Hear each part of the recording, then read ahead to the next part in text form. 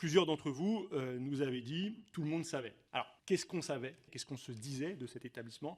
Quelle violence parle-t-on? Et est-ce que cet établissement, il est absolument singulier? Parce que donc, depuis l'affaire Betaram, d'autres collectifs de victimes se sont constitués.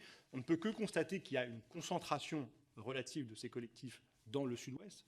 Et donc, est-ce que Betaram était un établissement très particulier ou un des établissements dans lesquels des faits de violence étaient à l'époque et qu'à l'époque évoqués? On sait que c'est un établissement de redressement, d'éducation à la dure. J'ai des camarades de classe qui sont passés, qui parlaient de la violence physique. Ça, je pense qu'à minima, tout le monde savait qu'au moins, il y avait de la violence physique. Et aujourd'hui, il y a même des témoignages de torture, assez récemment, qu'on a pu obtenir. Donc ça va très loin, on est sur de la maltraitance quotidienne, etc., des abus sexuels. On est sur un système de pédocriminalité organisée où il y avait des connivences entre des religieux, entre des laïcs. On est sur plusieurs décennies, plus d'un demi-siècle. Donc c'est quelque chose de très installé. Tout était bien organisé pour maintenir ce système de silence. Les prêtres recrutaient même des petites mains parmi les lycéens pour faire régner l'ordre dans les dortoirs, en échange de quoi ils les laissaient fumer, consommer de l'alcool dans leur chambre, on les laissait tranquilles. Ces enfants qui avaient été brutalisés à un moment donné devenaient eux-mêmes agresseurs. Donc silence à l'intérieur, silence à l'extérieur, avec ce que je vous expliquais, avec un microcosme qui a favorisé cette omerta pendant des années. Il y a 3 points d'alerte sur cette époque. D'abord, la presse.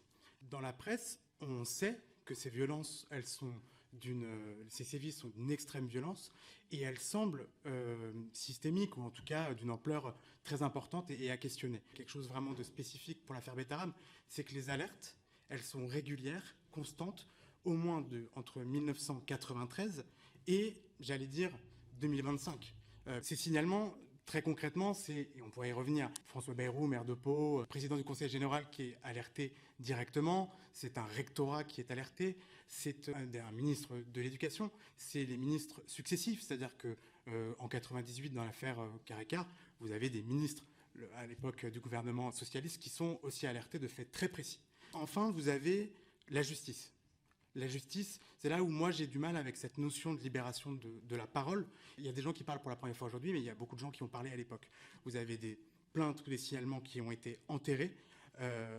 Donc, quand on dit tout le monde savait, c'est très concret. Vous nous avez donc confirmé que tout le monde savait. Et vous nous avez expliqué ce que les gens savaient depuis longtemps. Pourtant, un homme, c'est le Premier ministre de la France, François Bayrou, a déclaré le 11 février 2025